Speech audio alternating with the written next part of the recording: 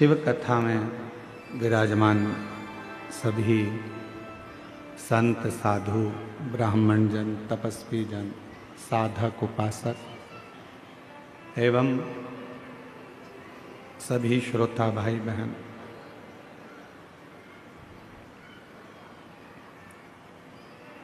एक मानव का देह और उस मानव के देह में भगवान शिव की अविरल भक्ति।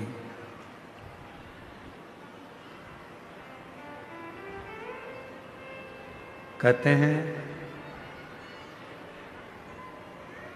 पूरे जीवन में मनुष्य के शरीर में यदि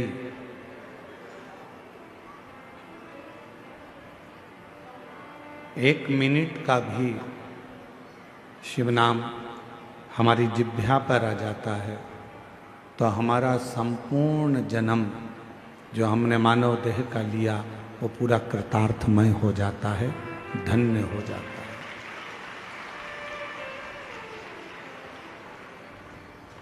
एक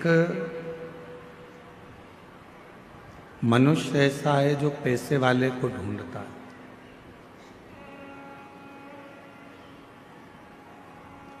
केवल एक मानव जो पैसे वाले को ढूंढता है, बाकी का ना कोई पशु, ना पक्षी, ना जानवर, ना कोई जीव, ना कोई जलचर, ना कोई थलचर, कोई ऐसा नहीं है जो पैसे वाले को ढूंढता हो। पशु भी ढूंढेगा तो प्यार करने वाले को ढूंढेगा, पक्षी भी ढूंढेगा तो प्यार करने वाले को ढूंढेगा, जानवर भी अगर ढूंढेगा तो प्यार करने वाले को ढूंढेगा।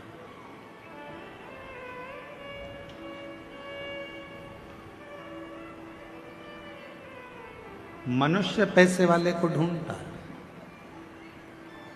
मानव धन वाले को ढूंढेगा, पर जानवर पशु पक्षी कभी पैसे वाले को नहीं ढूंढता।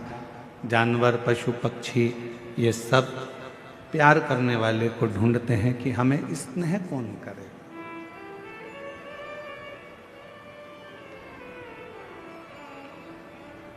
एक क्षण का यदि प्रेम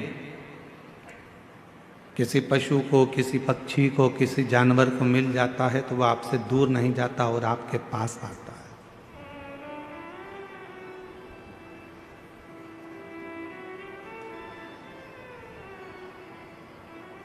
वो आपसे दूर जाने का प्रयास ही नहीं करेगा। आप खुद प्रैक्टिकल कर कर देख सकते हो कि जब हम किसी जीव को स्नेह करते हैं, प्यार करते हैं, प्रेम करते हैं, कोई छोटा सा कुत्ता भी है, श्वान है, पक्षी है, पशु है, हम उसको थोड़ा सा प्रेम देते हैं और वो पशु, वो पक्षी, वो जीव, वो जानवर हमारे करीब में आता चले जाता है, पास में आता जाता है। बिल्ली का बच्चा देखो तो बिल्ली के बच्चे को प्रेम कर लो, थोड़ा सा हाथ फेर दो, थोड़ा सा स्नेह कर लो तो बिल्ली का बच्चा हमारे पास में आएगा, फिर वो हमको ढूंढता रहेगा। श्वान को देखो, कुत्ता को, तो कुत्ता को भी आप थोड़ा सा प्यार कर लीजिए, वो श्वान, वो कुत्ता भी हमारे पास में आता जाए। क्या चाहिए इनको? केवल प्रेम, केवल प्यार, केवल स्नेह, केवल तुम्हारा समर्पण, केवल तुम्हारा स्नेह उस जीव को चाहिए, उस पशु को चाहिए, उस पक्षी को चाहिए, केवल प्रेम।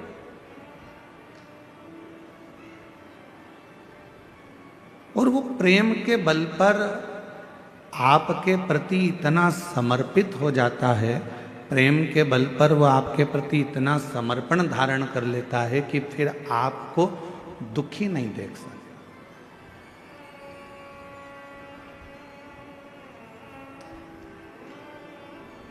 मनुष्य धन के पीछे भाग रहा है, मनुष्य पैसे वाले को ढूंढ रहा है और पशु पक्षी जीव जंतु प्यार को ढूंढ रहे हैं। शिव महापुराण की कथा कहती है, भगवान देवादिदेव महादेव का चरित्र कहता है, यदि इस पूरे संसार सागर में यदि प्रेम के बल पर अगर प्रेम मिल रहा है तो समझ लेना कि तुम जिंदगी के सबसे ज्यादा किस्मत वाले व्यक्ति हो, जिसको प्रेम के बदले में प्रेम मिल रहा है। आज के जमाने में लोगों ने पैसे से प्रेम को तोल लिया।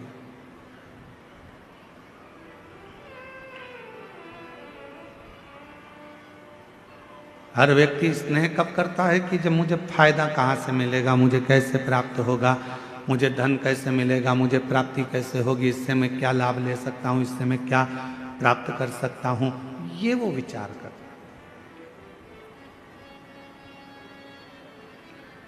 पर मैंने तेरे ही भरोसे बाबा, तेरे ही भरोसे हवा बिच उड़ती जावांगी बाबा, डोर हत्तो छड़ी नाम कटी जावांगी।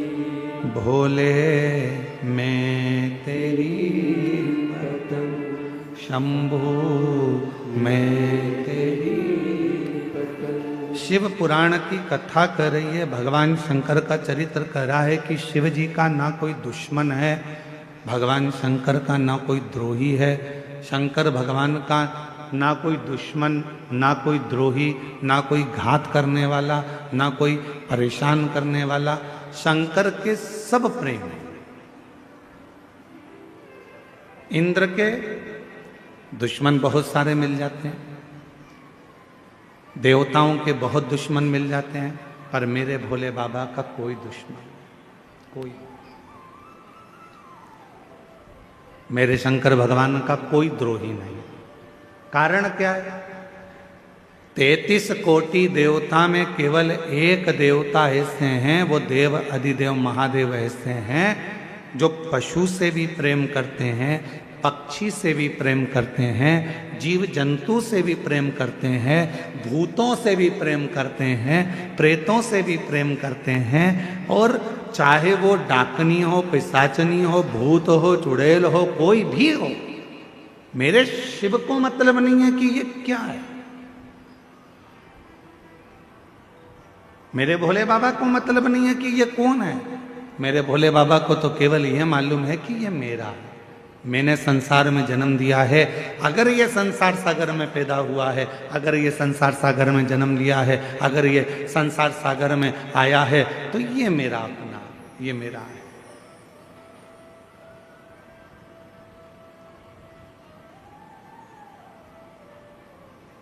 फिर इसमें कोई भेद नहीं है हमारा, ये मेरा अपना है और मैं इसका, इसमें कोई भेद नहीं। शिव पुराण कह रही है, भगवान शंकर का चरित्र कह रहा है, ऐसा कोई देवता नहीं जो सर्प को भी श्रृंगार बनाए, ऐसा कोई देवता नहीं जो राख को भी, भस्म को भी अपना श्रृंगार बनाकर अपने शरीर पर धारण कर ले।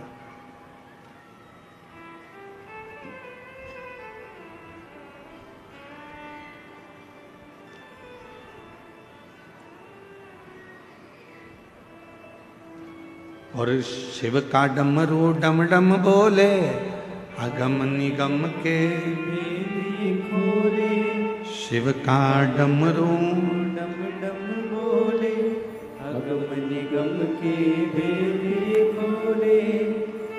ऐसा डमरू बजाने वाला कोई नहीं, ऐसा डमरू बजाने वाला कोई नहीं, मेरे बाबा से निराला यहाँ कोई नहीं, भोले बाबा से निराला यहाँ कोई नहीं। इस संसार सागर में भगवान शंकर से निराला दुनिया में कोई नहीं हो सकता। एक पक्षी है, दौड़कर आ जाए शिव की शरण में, शिव उसको स्वीकार कर लेते हैं। एक पशु है, शंकर की शरण में आ गया, शिव ने स्वीकार कर लिया। एक जीव है, शिव के शरण में आ गया, शिव ने स्वीकार कर लिया।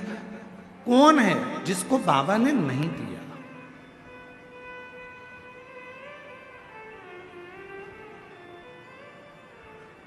एक सुंदर कथा आती है पितरों की। एक बार सारे पितर जानते हो ना आप लोग, जम के तो बोलो, जो चले गए, प्राण छूट गए, जो चले गए, वो पितरों की गिनती में आए।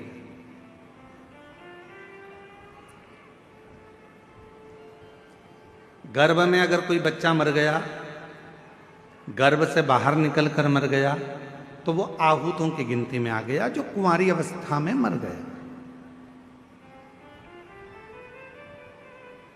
वो कुंवारा चले गया, आहूत हो गया, कुंवारी अवस्था में चले गए। तो पितर, आहूत, ये सब भगवान देवाधिदेव महादेव के पास आ गए और भगवान शिव जी के पास आकर खड़े हो गए। शास्त्र कहता है कि 1000 वर्ष निकल गया, पितर और आहूत भगवान शंकर की सम्मुख में खड़े होकर केवल दर्शन करते रहे। उन्होंने ना कोई मंत्र जपा, ना कोई साधना करी, ना कोई व्रत करा, ना कोई उपास करा, केवल शिव को एक टकी निहारते रहे, केवल बाबा का दर्शन करते रहे, केवल दर्शन।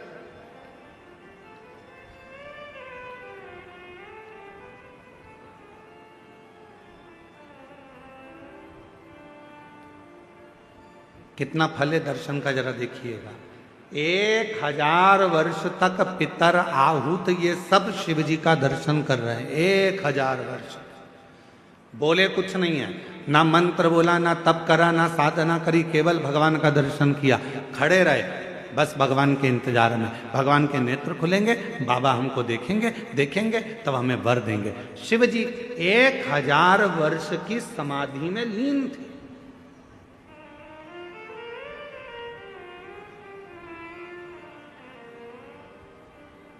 और बाबा देवाधिदेव महादेव जब 1000 वर्ष की समाधि में लीन थे, नेत्र खुले नहीं थे। आज बाबा ने 1000 वर्ष की समाधि से अपने नेत्र को खोला और 1000 वर्ष के समाधि पर जैसे ही बाबा के नेत्र खुले तो सबसे पहले पितर और आहूत पर भगवान की दृष्टि गई। भोलेनाथ जी का निगाह गया, बाबा ने देखा,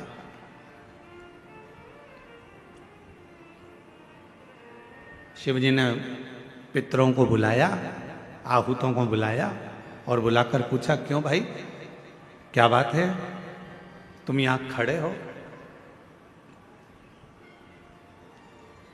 क्या बात है?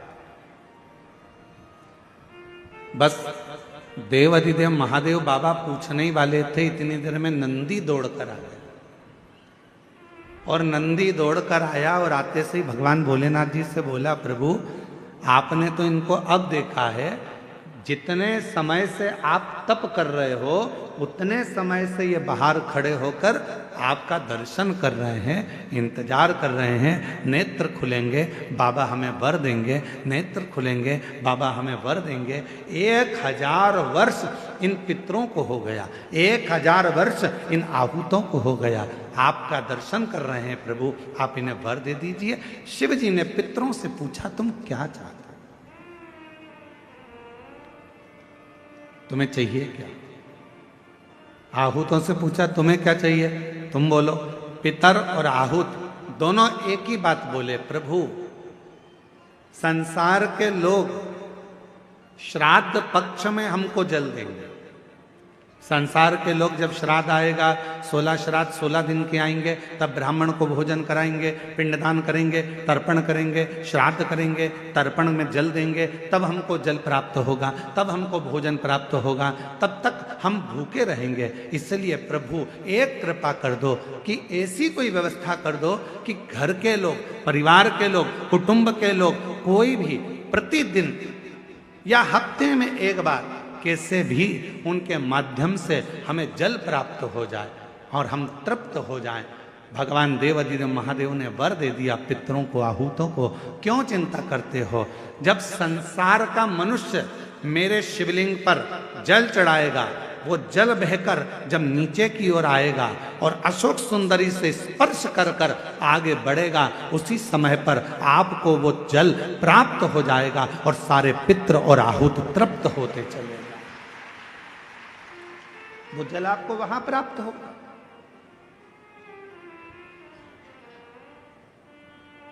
अब कई लोग कहते हैं गुरुजी हमारे यहां पितृदोष हो गए,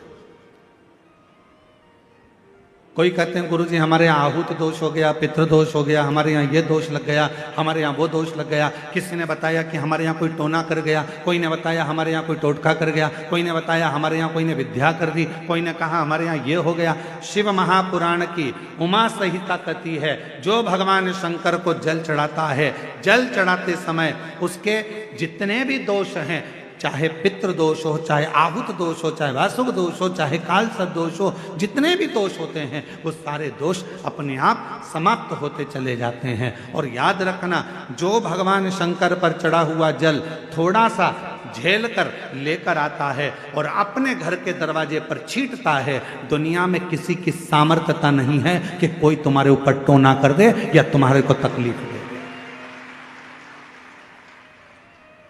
किसी की सामर्थ्यता नहीं।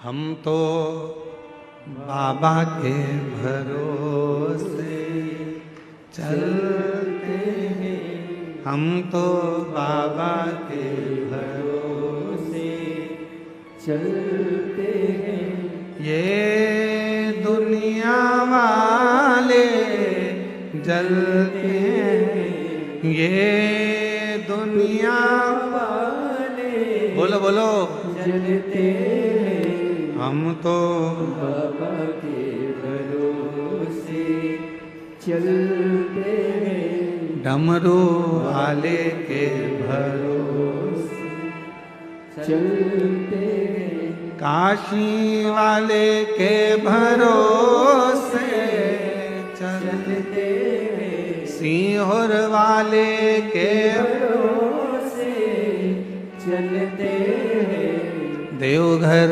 वाले के भरोसे चलते हैं, डमरू वाले के भरोसे चलते हैं। हम उस पर आश्रित होकर चलें।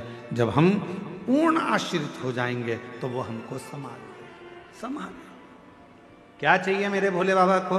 ना तो मेरे भोले बाबा को तुमसे धन चाहिए, ना मेरे भोले बाबा को तुमसे दौलत चाहिए, ना मेरे शंकर भगवान को तुमसे संपदा चाहिए, ना मेरे शंकर भगवान को तुमसे कोई प्रॉपर्टी चाहिए, ना मेरे शंकर भगवान को तुमसे कोई संपदा चाहिए। कोई तुमसे कहे कि शंकर भगवान को 1 किलो भोग रोज लगाना पड़ेगा तो समझ लेना कि बेवकूफ बना रहा। कोई तुमसे कहे कि शंकर जी को 5 किलो दूध रोज चढ़ाना पड़ेगा, समझ लेना कि बेवकूफ बना रहा है। कोई तुमसे कहे कि 25 किलो घी का दिया शंकर जी को लगाना पड़ेगा, समझ लेना बेवकूफ बना रहा है। अगर कोई तुमसे कहे कि शंकर भगवान को इतना सारा प्रसाद चढ़ाना पड़ेगा तो समझ लेना कि पागल बना रहा है। मेरा भोले बाबा तुम्हारे प्रसाद का भूखा नहीं है, मेरा भोले बाबा तुम्हारे दूध का भूखा नहीं है, मेरा भोले बाबा तो केवल तुम्हारे निर्मल मन का भूखा है, सच्ची भक्ति का भूखा है और हृदय का भूखा।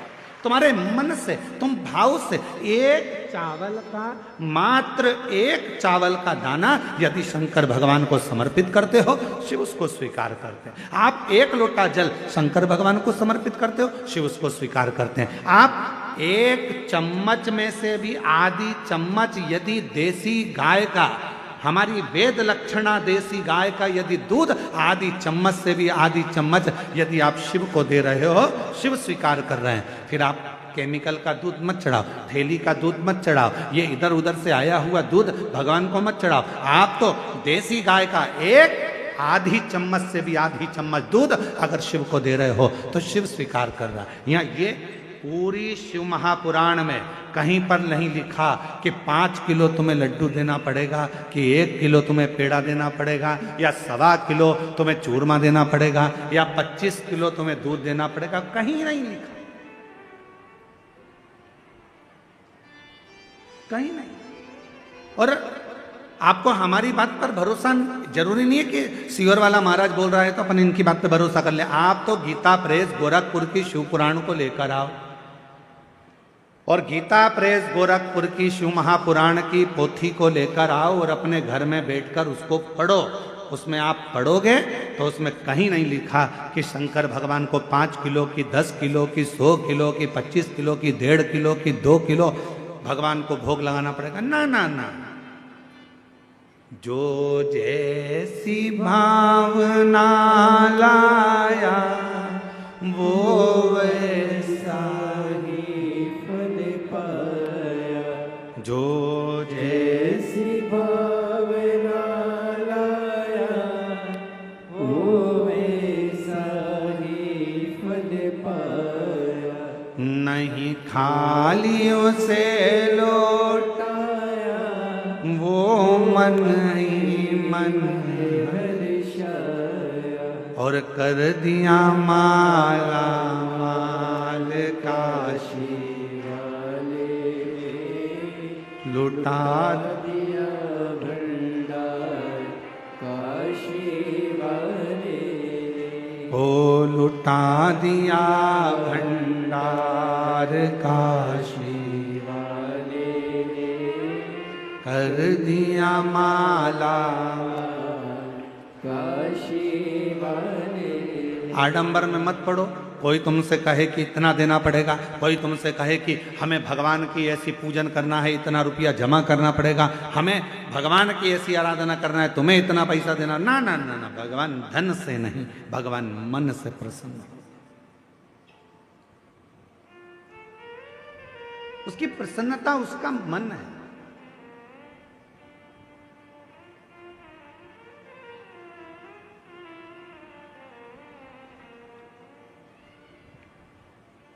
कहाँ से लाऊं लड्डू, कहाँ से लाऊं पेड़ा, कहाँ से लाऊं लड्डू, कहाँ से लाऊं पेड़ा। अच्छा, शिव पुराण शिवरात्रि का प्रसंग ध्यान से सुनना जरा।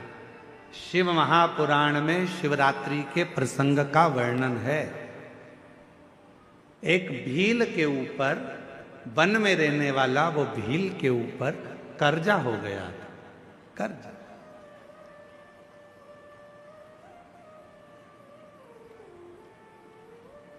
पैसे चुक नहीं रहे थे। सेठ जी को गुस्सा आ गया, अपने आदमियों को भेजा और उस भील को पकड़ के घर में लेके आए, और एक टूटा हुआ शिव का मंदिर था, उस मंदिर में उसको ले गए और उसको बांध दिया। मंदिर में ले जाकर बांध दिया। जब तक तू हमारा कर्जा नहीं चुकाएगा तब तक हम तेरे को यहां से छोड़ने वाले नहीं। भील रोने लगा, सेठ जी मत मेरे को बांधो, मैं हाथ जोड़ता हूं सेठ जी, मैं आपका पूरा कर्जा चुका दूंगा। सेठ जी मैं आपके पांव पड़ता हूं, मुझे छोड़ दो।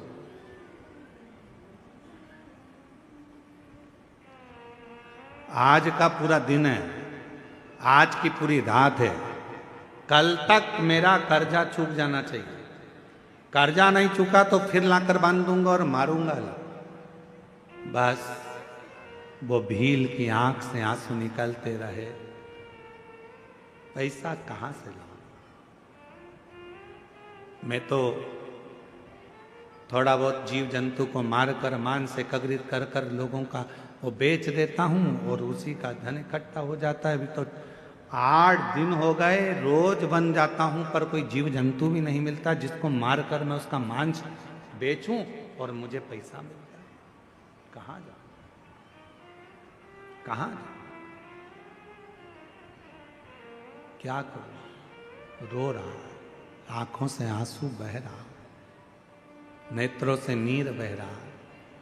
आज पानी की छाजल भरी,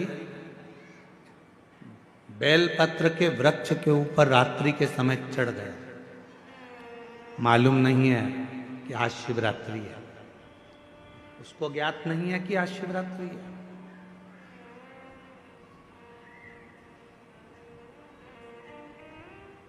आज के लोग सनातन धर्म को छोड़कर दूसरे धर्म में जा रहे हैं। क्यों? क्योंकि वो सोचते हैं कि उस धर्म में जाएंगे तो वहां हमें बहुत सारा चमत्कार देखने को मिलेगा।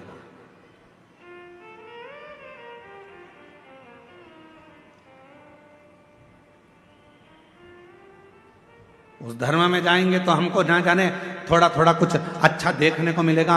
उनके भगवान प्रबल हैं, उनके भगवान ऐसे कर दिए, उनके भगवान ने ऐसा। अरे भाई, हमारे शास्त्रों को अध्ययन करो, पढ़ो, सुनो, मालूम पड़ेगा कि सनातन धर्म से बड़ा दुनिया में कोई धर्म ही नहीं है, कोई धर्म नहीं। और पहले तो हम किसी को भी ये धर्म मानते ही नहीं है। हमें मतलब ही नहीं, हमें तो केवल सनातन धर्म ही एक धर्म है। बाकी का जितने भी तुमको नजर आते हैं दूसरे दूसरे, ये धर्म नहीं है, ये तो एक पंथ बना दिया है। नहीं, ये धर्म की गिनती में नहीं आते। इनको हम सनातन धर्म के अंतर लेते ही नहीं, हम इनको धर्म मानते ही नहीं।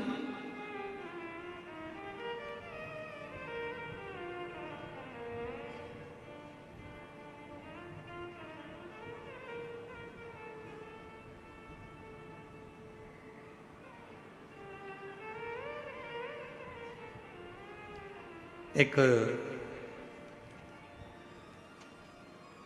व्यक्ति ने देवघर में एक प्रश्न किया, क्यों गुरुजी,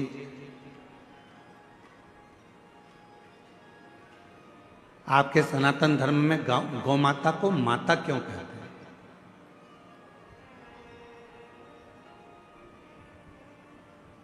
गाय को माता क्यों कहते हैं? हमने कहा भाई, तुम सनातनी नहीं हो?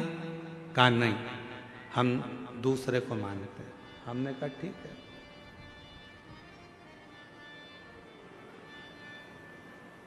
कभी हमारे शास्त्र पढ़े हैं आपने? नहीं। हमने कहा कभी मौका लग जाए तो हमारे शास्त्रों का अध्ययन करिएगा। हमारे सनातन धर्म में 7 माताओं को माता कहा गया। हमारे सनातन धर्म में 7 माताओं को माता शब्द से संबोधित किया गया। पहले नंबर पर जो जन्म देती है वो भी हमारी, जम के बोलो, माता। जिसने हमको जन्म दिया वो माता। दूसरे नंबर पर जो गुरु होते हैं और गुरु की जो धर्म पत्नी होती है, हमारे शास्त्रों में उनको भी जम के बोलो माता कहा गया। तीसरे नंबर पर हमारे गांव में, नगर में, शहर में जो ब्राह्मण रहता है, पूजन पाठ करता है, साधना आराधना में लगा रहता है, भक्ति में लगा रहता है भगवान की, उसकी धर्म पत्नी को भी हमारे सनातन धर्म में जम के बोलो माता कहा गया। तीसरे नंबर पर ब्राह्मण की जो धर्म पत्नी है उसको माता कहा गया।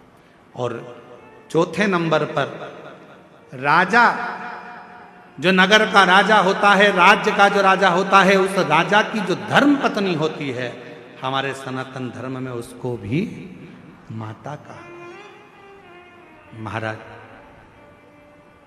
5वें नंबर पर हमारे यहाँ जिस गौ माता ने अपने बच्चे के लिए दूध अपने थन में रखा और वो जगत का कल्याण कर रही है, उस दूध को वो अपने बच्चों के साथ साथ संसार के लोगों को भी पिलाकर उनको संतुष्ट कर रही है।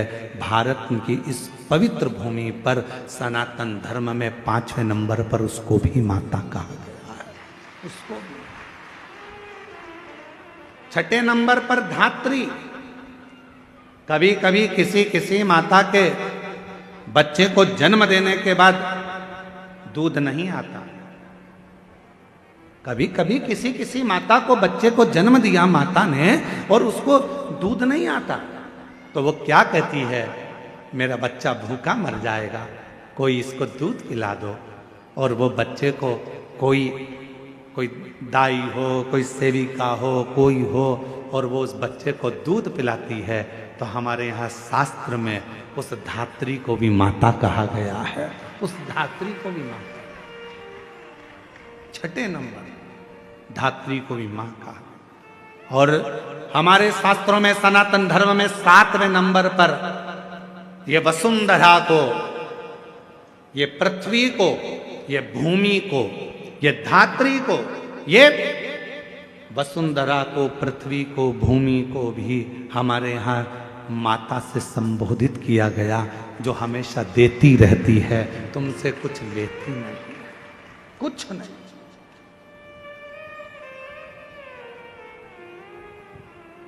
कुछ भी नहीं लेती, वो तो केवल दे रही है।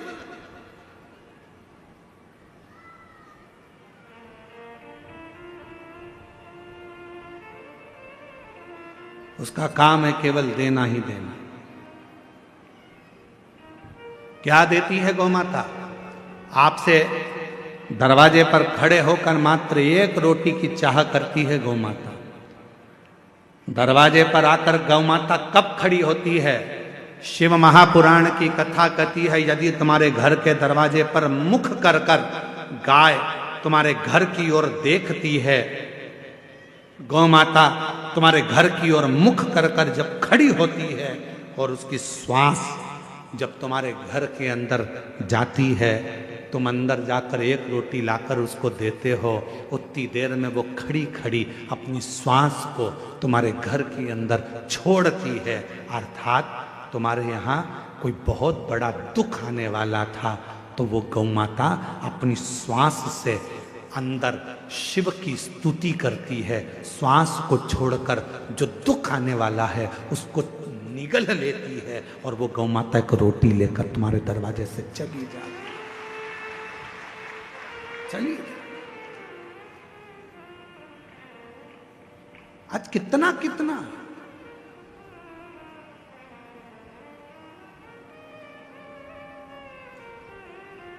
कितने संत साधु सन्यासी तपस्वी साधक उपासक गौ माता के लिए प्रयास कर रहे हैं। कितने कितने संत लगे हैं, कितने कितने साधु लगे हैं, कितने कितने सन्यासी लगे हैं, जो किसी ना किसी रूप में गौ माता को बचाने के लिए, गौ माता की सुरक्षा के लिए प्रयास कर रहे हैं। क्यों बचाना चाहते हैं? उनको बचाने का केवल एक कारण है कि जो गौ माता जगत में आकर जिसके अंतर्गत 33 कोटि देवता विराजमान होते हैं, वो गौ माता हमारे घर के सारे दुख को हर लेती है, सारे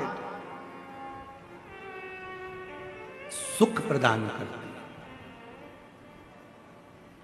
तो हमारे यहाँ शिव महापुराण की कथा कहती है, 7 माता हैं, जो जन्म देने वाली है वो भी माता है, गुरु की जो पत्नी है वो भी माता है, ब्राह्मण की जो पत्नी है वो भी माता है, राजा की जो पत्नी है वो भी माता है। गौ माता को माता कहते ही हैं, और धात्री जो दूध पिलाई है वो भी माता है। और यहाँ शास्त्र कहता है, जो पृथ्वी हमेशा देती ही रहती है, जो वसुंधरा हमें प्रदान करती रहती है, वो भी माता, वो भी। हम इनका ऋण कभी नहीं चुका सकते, हम इनका ऋण नहीं चुका सकते।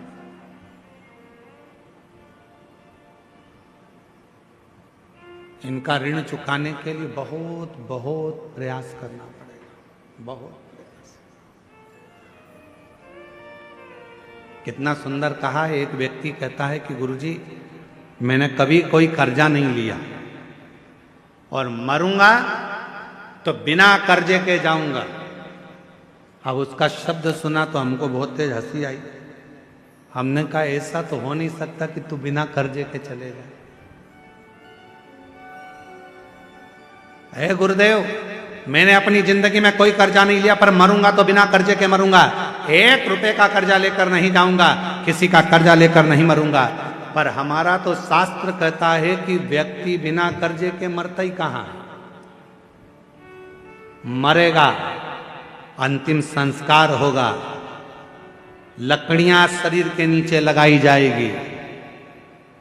तो इस वसुंधरा का ऋण, इस वन का ऋण, इन वृक्षों का ऋण, इस पृथ्वी का ऋण तेरे माथे पर रह जाएगा। इसलिए निवेदन है, ये मत कहना कि कर्जा लेकर नहीं मरूंगा। कर्जा चुकाना है, मरने से पहले कर्जा चुकाओ। और एक प्रयास जरूर करो कि मरने से पहले एक पेड़ जरूर लगा कर जाओ, एक वृक्ष लगा कर जाओ, तो तुम कर्जे में नहीं रहो, तुम कर्जे से मुक्त होकर मरो, कर्जे से। इसलिए इस वर्ष 2026 में फरवरी माह में जो महाशिवरात्रि आ रही है, विठले सेवा समिति और आप और हम सब मिलकर उसको ग्रीन शिवरात्रि मना रहे हैं। कौन सी शिवरात्रि है? ग्रीन शिवरात्रि, हरित शिवरात्रि। ग्रीन शिवरात्रि का मतलब यह है कि शिवरात्रि के दिन पूरे दुनिया में जितने भी शिव भक्त हैं, भगवान शंकर के उपासक हैं, 2026 में फरवरी महीने में 3 दिन तक शिवरात्रि के 2 दिन पहले से एक छोटे से बेल वृक्ष की, बेल के पौधे की, बेलपत्री के पौधे की पूजन करो। शंकर जी के मंदिर में उसकी आराधना, अपने घर के अंदर उसकी आराधना करो। और शिवरात्रि के दिन एक साथ पूरी दुनिया में, पूरी पृथ्वी पर करोड़ों लोग एक साथ बेलपत्री का पौधा जहां तुमको मौका मिल जाए वहां लगाना और रोज प्रतिदिन उसमें जल चढ़ाना, जिससे वो पौधा बड़ा होगा।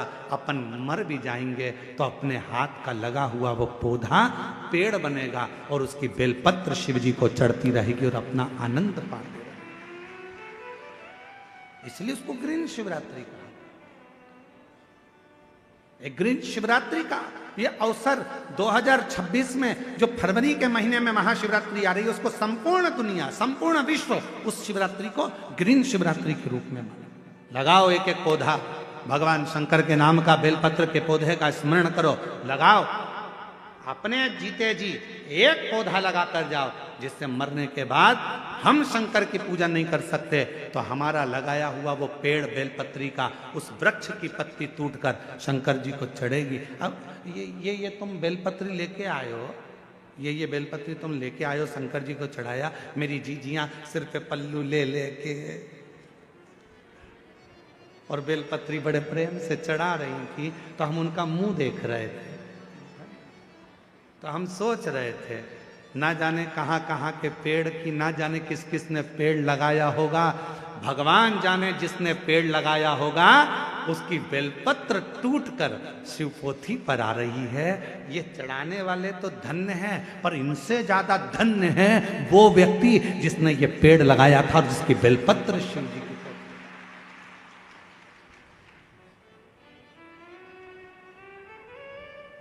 अब कई लोग कहते हैं सावन के महीने में, हमने सुना यहीं पे हमने छत्तीसगढ़ में सुना था, हम आए थे अभी सावन के महीने में भिलाई, तो हमने सुना था कि एक व्यक्ति ने नियम लिया है पूरे सावन के महीने में 1.25 लाख रोज बेलपत्र शंकर जी को चढ़ाता। 1.25 लाख। हमने कहा एक बार मिला उसको जो 1.25 लाख बेलपत्र शिव जी को चढ़ाता है। फिर वो आया शाम को मिलने के लिए, हम जहाँ अग्रवाल धर्मशाला में रुके थे, जितेंद्र जी, हम जहाँ अग्रवाल धर्मशाला में रुके में 1.25 लाख बेलपत्र चढ़ाने वाला आया, यहीं छत्तीसगढ़ का।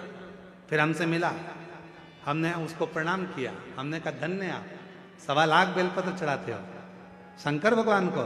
हाँ गुरुजी, और आज से नहीं चढ़ा रहा हूँ, 5 साल हो गए चढ़ाते चढ़ाते। हमने कहा ठीक है, अब ये बताओ 1.25 लाख बेलपत्र आप शिव जी को चढ़ाते हो, आपने कितने बेलपत्री के पेड़ लगाए? उसने कहा गुरुजी पेड़ तो एक भी नहीं लगाया, पेड़ एक भी नहीं लगाया। 1.25 लाख बेलपत्र का अभिषेक कर रहा हूं, 1.25 लाख बेलपत्र शंकर जी को चढ़ा रहा हूं, 1.25 लाख बेलपत्र का अनुष्ठान कर रहा हूं। सावन के महीने में मैं शंकर भगवान को प्रसन्न कर लूंगा। अरे लंकापति रावण से सीखो, उसने किसी का सामान शिव जी को नहीं चढ़ाया, खुद की मुंडी काट कर चढ़ा देता था। स्वयं की शीश काट कर शिव जी को देता था। तुम कुछ नहीं कर सकते। 1.25 लाख बेलपत्र का नियम लिए हो तो पहले 1.25 लाख बेलपत्र के लिए कम से कम 2-5 हजार पेड़ तो लगाओ। पेड़ लगाओगे फिर बेलपत्र निकालो, फिर शिव जी को चढ़ाओ। दूसरे के लगे लगाए पेड़ में से दूसरे का फ्रिज खोल कर दूध निकाल कर चाय बना के पी गए तो चोटे कहलाओगे।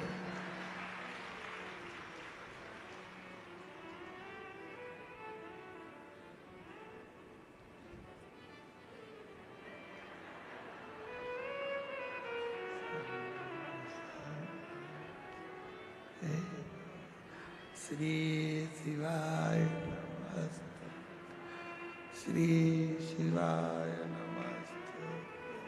भगवान ऊपर से देख रहा कितनी ढोंग कर रही। श्री बेलपत्री का पेड़ दूसरे का, बेलपत्री का वृक्ष दूसरे का, और भेज दिया लोगों को तोड़ ला। सब तोड़ के इकट्ठी कर ली। और मम्मी जा रही हो कथा में? हाँ आज तो मैं ऊपर भी जाऊंगी स्टेज पे। एक काम करना, बेलपत्र ले जाओ। अब दूसरे की बेलपत्र तोड़ के लाया दूसरा। ये सीढ़ी पे चढ़ती चढ़ती ली आई। भगवान भी सोच रहे काहे को आई, बेलपत्र दूसरे का, कौन सा लाभ मिला। तैयारी कर लेना, 2026 में फरवरी महीने में जो महाशिवरात्रि आ रही है, एक छोटा सा पौधा लेकर रख लेना या बीज से लगाकर रख लेना। उसको शिवरात्रि के दिन आप और हम कहीं ना कहीं अपने अपने क्षेत्र में उसको लगाएंगे, और उसका फोटो खींचकर तुम हमारे पास भेजना। हम उसको पूरी टीवी पर लगातार करोड़ों लोगों का फोटो कथा में दिखाते रहेंगे, और आपका एक पौधा, एक वृक्ष इस पूरी पृथ्वी को, पूरी वसुंधरा को सुंदर बनाए। पूरी वसुंधरा।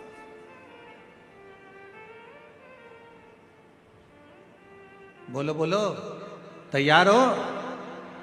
जम के तो बोलो। पड़ोसन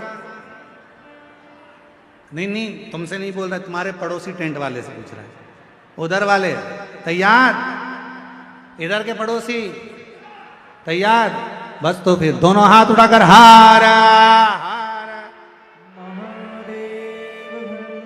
ग्रीन शिवरात्रि मनाओ। अब की बार 2026 की महाशिवरात्रि ग्रीन शिवरात्रि हो। मेरी वसुंधरा, मेरी पृथ्वी, मेरी भारत माता फिर हरी भरी हो। लोग पेड़ काट रहे हैं, अपन पेड़ लगाएंगे और पूरी वसुंधरा को सुंदर बनाएंगे, प्रकृति को सुंदर बनाएंगे।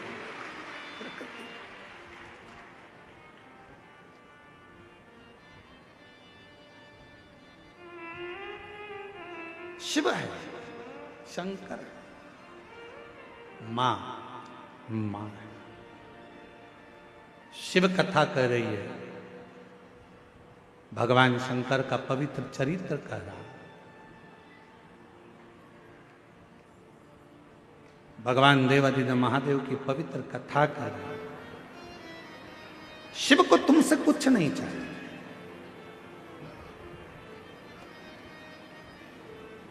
यहां तक लिखा है शिव महापुराण में, मान लो शंकर भगवान को देने के लिए आपके पास में बेलपत्र भी नहीं है, मान लो शिव जी को देने के लिए एक चावल का दाना भी नहीं है, तो शिव महापुराण की कथा कहती है जो शिव जी पे बेलपत्र चढ़ी हो उसी को उठा लो, धो लो, वापिस शंकर भगवान को चढ़ा दो। शंकर भगवान स्वीकार कर लेते हैं। शिव स्वीकार धन नहीं। आजकल ना जाने कहां कहां के लोग ज्ञान देने के लिए बैठ जाते हैं। थोड़ा सा गूगल पर सर्च मारो, थोड़ा सा यूट्यूब चलाओ, तो लोगों उनके इतने ज्ञान देने आ जाएंगे। शंकर भगवान को 1.5 किलो सामग्री चढ़ाना पड़ेगी, 1 किलो ये देना पड़ेगा, 2 किलो ये देना पड़ेगा। शंकर भगवान को रिझाना है तो 5 किलो दूध से अभिषेक करना पड़ेगा, आधा किलो दही चढ़ाना पड़ेगा, 1 किलो शक्कर चढ़ाना पड़ेगी। ना ना ना ना, शिव महापुराण में अगर सियोर वाले महाराज के वचन पर विश्वास नहीं है तो गीता प्रेस गोरखपुर की शिव पुराण लेकर आओ, अध्ययन करो, पढ़ो। कहीं नहीं लिखा कि शंकर भगवान को 5 किलो की, 2 किलो की, 1.5 किलो की, 1 किलो। शिव जी को तुमसे कुछ नहीं चाहिए। शिव जी को तो केवल निर्मल मन सो मोहि पावा। तुम्हारा मन भगवान को दे, केवल हृदय, केवल हृदय। एक बहन जी ने पत्र लिखा, देखो,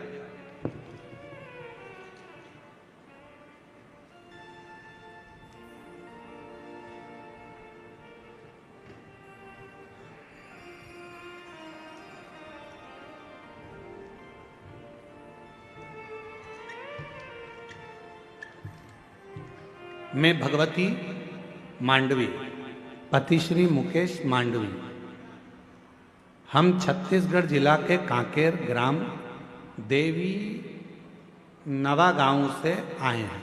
कहीं बैठे हों तो हाथ हिला सकते हैं। देवी नवा गांव से आए हैं। कहीं बैठे हों तो हाथ हिला सकते हैं। आप ही हैं? हाँ, ऐसे थोड़ा साइड में हो, दिख नहीं रहे। हाँ, ठीक है, ठीक है, ऐसे हाथ हिला दो। दिख गए हो, दिख गए, ठीक है। आ जाओ। बच्चा आया है साथ में? आया है? ले आओ उसको। मैं भगवती मांडवी, पति श्री मुकेश मांडवी, हम छत्तीसगढ़ जिला कांकेर ग्राम देवी नवा गांव से आए हैं। एलईडी पर पत्र चल रहा होगा, दिख रहा है पत्र? चालू है। गुरुदेव, मैं बाबा का क्या बखान करूं गुरुजी। बाबा की महिमा परम्पार है। बाबा की महिमा को हम शब्दों में बयां नहीं कर सकते। गुरुजी, मेरी शादी को 10 वर्ष हो गया था, पर मेरी कोई औलाद नहीं थी। हमने जगदलपुर में, धमतरी में, रायपुर में डॉक्टरों के पास बहुत इलाज करवाया। महाराजों के पास, पंडितों के पास भी गए, लेकिन कोई, महाराजों के पास, पंडितों के पास भी गए, लेकिन कोई फायदा नहीं। फिर 2023 में 2-3 दीदी लोगों ने मुझे शिव महापुराण के बारे में जानकारी दिया। टीवी में मैंने कथा सुनना चालू किया। फिर आपने उपाय बताया था गुरुदेव कि तुम रुका जी माता जी के नाम से सफेद आंकड़े की जड़ का प्रयोग किया। फिर मैंने पशुपतिनाथ का व्रत किया, उपवास चालू किया। पूरे 5 व्रत पूरा करने के बाद 3 महीने के बाद बाबा ऐसी कृपा करा कि मेरा गर्भ ठहर गया, जिससे जुड़वा बच्चे थे। जिसमें बाबा, मैं क्या वर्णन करूं, एक बच्चा तो खराब हो गया था, पर दूसरे का भी डॉक्टर ने मना कर दिया था। जब डॉक्टर ने मना करा, फिर बहन जी ने कहा, एक ने, शिव जी के मंदिर जाना चालू कर, 1 लोटा जल चढ़ाना चालू कर। मैं रोज मंदिर जाती, 1 लोटा जल चढ़ाती और रोज उस जल को पीना चालू कर दी। बाबा की ऐसी कृपा हो गई गुरुदेव कि धीरे धीरे बच्चा पूर्ण हुआ और रायपुर के हॉस्पिटल में बाबा की कृपा से बच्चे ने जन्म लिया। आज मेरा बच्चा पूर्ण तरह से स्वस्थ है। मैं बाबा को यहाँ प्रणाम करने के लिए आई हूँ। 10 साल के बाद बाबा ने दिया। गुरुदेव, ना जाने कितना कितना लोग बताए कि यहाँ इतना पैसा दो, वहाँ ऐसा करो, वहाँ ऐसा चढ़ाओ, सब कुछ करा, पर उसका कोई फल नहीं है। मैं फिर निवेदन करूं, मेरा भगवान कभी नहीं कहता कि तुम इतना धन दो। मेरा भगवान कभी नहीं कहता कि तुम इतना पैसा दो। मेरा भगवान कभी नहीं कहता कि तुम इतना इतना भोग लगाओ। मेरा भगवान तो कहता है कि हृदय से मुझे पुकार लो, तेरी खाली झोली भले 10 साल की क्यों ना हो, मैं भर ही दूंगा।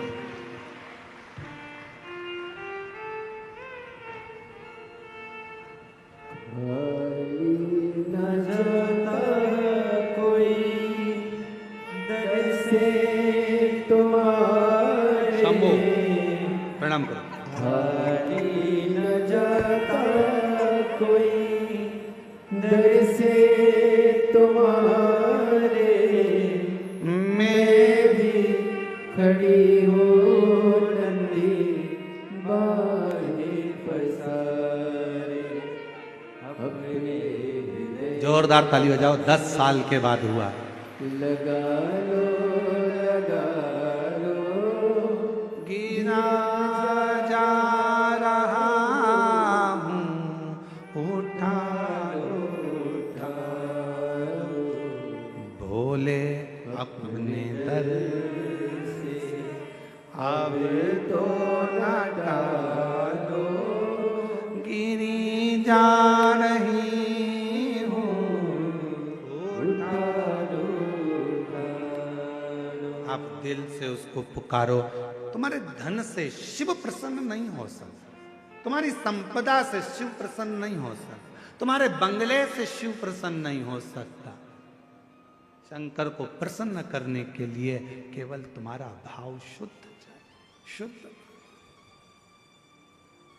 कहां से लाऊं लड्डू, कहां से लाऊं पेड़ा, कहां से लाऊं लड्डू, कहां से लाऊं पेड़ा, कहां से लाऊं बर्फी वो शक्कर चढ़ी रे, और भोले तेरी सेवा हमसे ना बनी रे, ओ भोले तेरी सेवा हमसे न बनी रे। पूजा की थाली हम लिए खड़े रे, पूजा की थाली हम लिए खड़े हैं, ओ भोले तेरी सेवा हमसे न बनी रे, ओ भोले तेरी सेवा। हमसे न बनी रे। शिव को कुछ नहीं चाहिए, शंकर भगवान तो केवल तुम्हारा एक लोटा जल सारी समस्या का हल। एक लोटा जल हमारी जिंदगी को बदल देता, एक लोटा। शंकर को नहीं चाहिए, रखो तुम्हारे पास।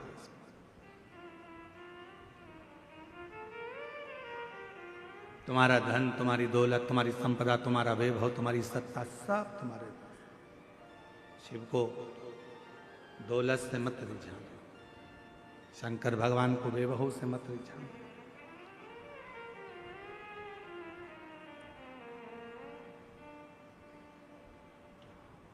कई कई लोगों की आदत रहती है कि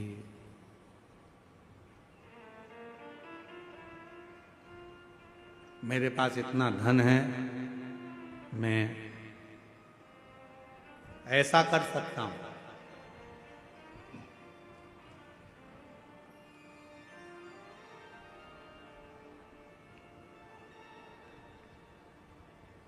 मेरे पास इतना धन है, मैं बहुत कुछ प्राप्त कर सकता हूं।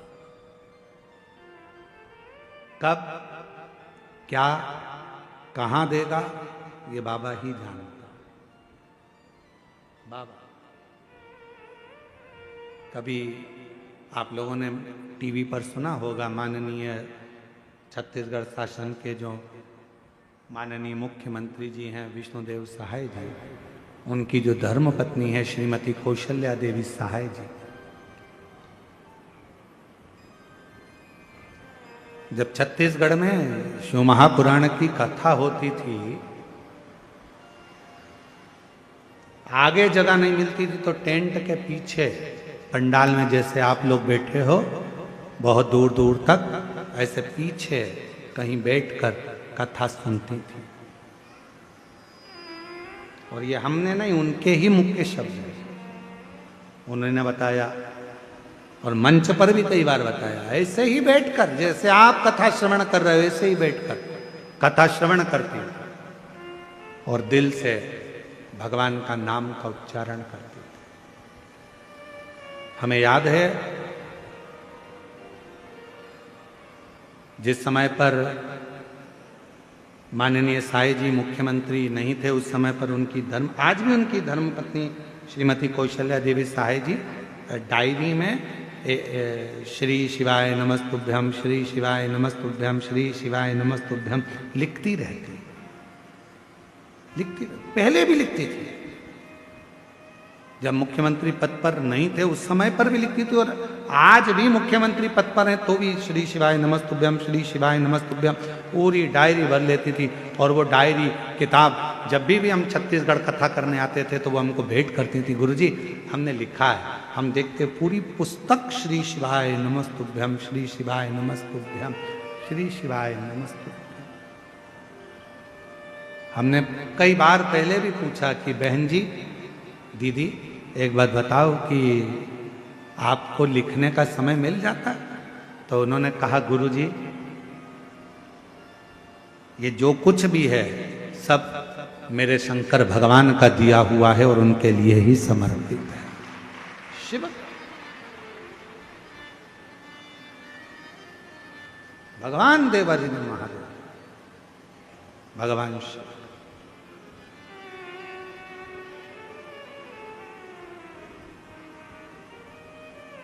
हमें कभी कभी स्मरण में आता है,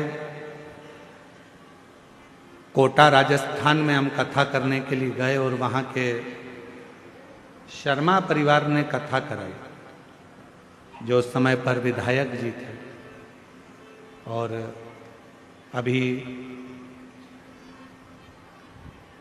राजस्थान सरकार में विधानसभा अध्यक्ष हैं शर्मा। जब उन्होंने कथा कराई तो हमने उस समय पर उनसे पूछा कि ये शिव महापुराण कथा कराने का मन में भाव कैसे प्रकट हो गया? तो उनके शब्द थे शर्मा जी के कि गुरु जी, मेरी धर्म पत्नी और हम जितना समय मिलता, जितना भी समय मिल जाए, 10 मिनट, 15 मिनट, आधा घंटा, 20 मिनट, 25 मिनट आपकी कथा रोज श्रवण करते हैं। और बाबा की ऐसी कृपा है कि वो कथा हृदय को छूती है। और आज जो कुछ भी है ये सब शिव का ही तो है, शंकर का ही तो है, शंकर की कृपा से। कहीं पर भी बैठो, बाबा को तुम्हारा धन नहीं, बाबा को तुम्हारी दौलत नहीं।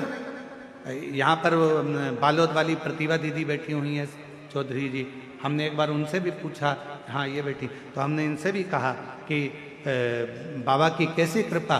तो ये भी पहले आती थी, इतनी आगे इनको जगह नहीं मिलती थी, सबसे आखिरी में लास्ट में कहीं जगह मिल जाती थी, बैठ जाती थी। तो बाबा ने कृपा कर कर, बाबा तो बाबा है भोलेनाथ, कब किसका हाथ पकड़कर कहाँ बिठा दे ये उसके ऊपर निर्भर करता है। और आज फिर कहते हैं जितेंद्र जी, इस पवित्र व्यासपीठ से वर्णन करते हैं, जितने भी शिव भक्त शिव महापुराण की कथा को श्रवण कर रहे हैं, आपने ये पवित्र कथा इस क्षेत्र में, आदिवासी वनवासी क्षेत्र में जो कराई है, आज पूरा आदिवासी वनवासी जितेंद्र जी बड़े प्रसन्न हैं आपसे। तो हम तो कहेंगे, आज भी यहाँ कहकर जा रहे हैं, जो जिस भाव से कथा श्रवण करेगा, मेरा भोले बाबा तुम्हारा हाथ पकड़कर तुमको किस सिंहासन पर बिठाएगा तुम ही जान सकते, किस सिंहासन। और तेरी कृपा का क्या है भरोसा, कब किस पर हो जाए जरा सी हम पर कर दो, जरा सी हम पर कर दो। बोलो बोलो बोलो, सब बोलो कच्चे गांव वाले, तेरी कृपा का क्या है भरोसा, कब किस पर हो जाए जरा सी हम पर कर दो, जरा सी हम पर कर दो। जिस पर भी हो गई तेरी कृपा करुणा वो भव पार हुआ, भव पार हुआ। पापी हो चाहे जितना उसका भी बाबा उद्धार हुआ, गिद्ध अजामिल गणिका जैसे तेरे मन को भाए जरा सी हम पर कर दो, जरा सी हम पर कर दो। तेरी कृपा का क्या है भरोसा कब किस पर हो जाए जरा सी हम पर कर दो, जरा सी हम पर कर दो। तब कहाँ कैसे कृपा करता है ये वही जान सकता। कहाँ बैठे हो आप लोग? कोई कहता है गुरुजी आपकी कथा में जगह नहीं मिलती, हम पीछे बैठते हैं, हमको वहाँ जगह मिलती है, हम लेट आते हैं, पीछे बैठते हैं। और कई लोग ऐसे हैं जो आगे बैठने के लिए झगड़ा भी करते हैं, तुम मुझे जानते नहीं हो, मैं उनकी पत्नी हूँ।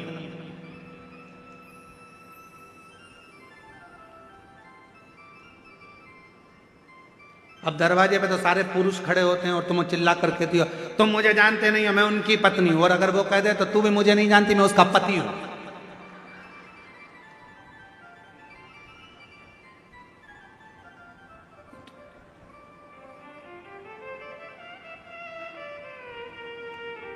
तो मुझे जानते नहीं हो। अरे क्या झगड़ा करना, आगे बैठने के लिए हमको आगे बैठना है, हमको आगे बैठना, हमको इसी कंपाउंड बैठना, हमको वहां बैठना, हमको वहां बैठना, हमको वहां, ना ना ना ना, जहां जगह मिल जाए बाबा के पूरे पंडाल में, जहां तुमको मौका मिल जाए वहां बैठकर दिल से हृदय से बाबा की कथा सुनो। आरती हो, आरती के बाद जब उठो वहां की मिट्टी को अपने मस्तक पर चढ़ाओ, हृदय से लगाओ, बाबा से झोली पसार कर प्रार्थना करो, बाबा मेरे दुख काट देना, बाबा बहुत तकलीफ में हूँ, मेरे कष्टों को मिटा देना, बाबा तेरी कृपा बनाना। सुना है पंडाल में बैठकर कथा सुनने वाले को तो 3 महीने में जो मांगो वो दे देता है। बाबा मैं भी तेरे दरवाजे पर कथा सुनने आई हूँ, हे मेरे भोलेनाथ कृपा करना, मेरी झोली खुशियों से भर देना, ऐसी कृपा करना। उससे प्रार्थना करो, उससे विनय करो, उससे निवेदन करो, क्या नहीं देगा। एक पत्र है,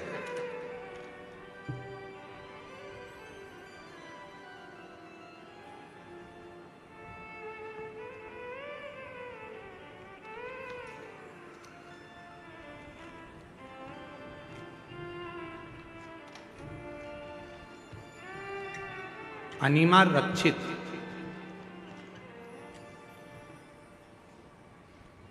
जिस बेटी ने पत्र लिखा है पहले उसका फोटो, फिर एलईडी पर आप फोटो देख सकते हैं। तो जिसने पत्र लिखा, अब उसका पत्र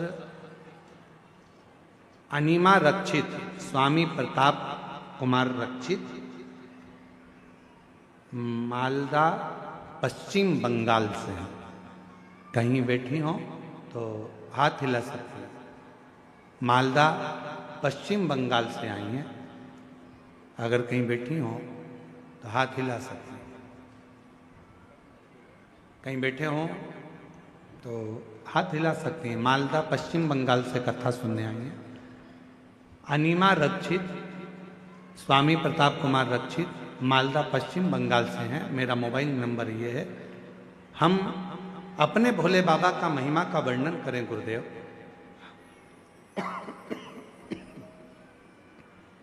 कहीं बैठी हो तो आ सकती हैं बेलपत्र लेने के लिए।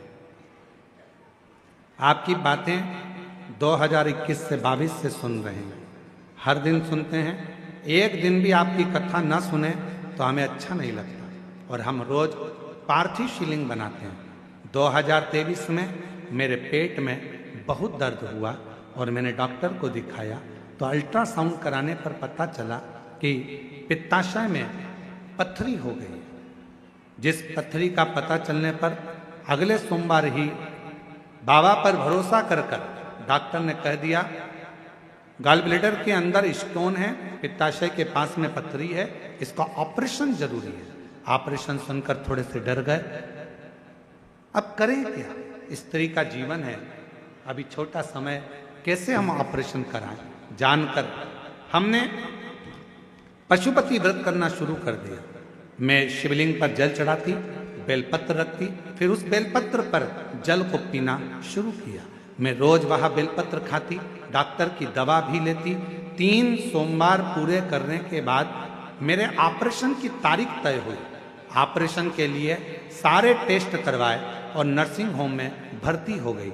डॉक्टर ने फिर से अल्ट्रासाउंड करा।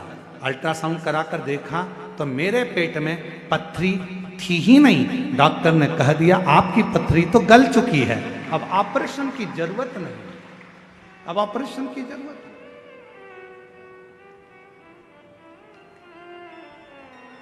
हम शिव को क्या दे रहे हैं? अब इस बहन जी से पूछा जाए जो बंगाल से आई हैं, मालदा पश्चिम बंगाल की, उनसे पूछा जाए अनिमा रक्षिता जी से कि आप शिव जी को कितने का प्रसाद चढ़ाएं, आप शिव जी को कितने का लड्डू चढ़ाएं, आप भगवान शंकर को कितने का आपने दूध चढ़ाया, तो ये बोलेंगे कि हमने कुछ नहीं, केवल पशुपतिनाथ का व्रत किया, शिव जी को एक लोटा जल, एक बेलपत्र चढ़ाना शुरू किया और जल पीना प्रारंभ करा। साथ में दवाइयाँ भी लेती रही और बाबा की कृपा से सोमवार को ऑपरेशन की तारीख तय हुई। ऑपरेशन के लिए टेस्ट करवाए, नर्सिंग होम में भर्ती हो गई। डॉक्टर ने अल्ट्रासाउंड करा, कह दिया पेट में पथरी तो है ही नहीं। ये शिव, इसको शिव का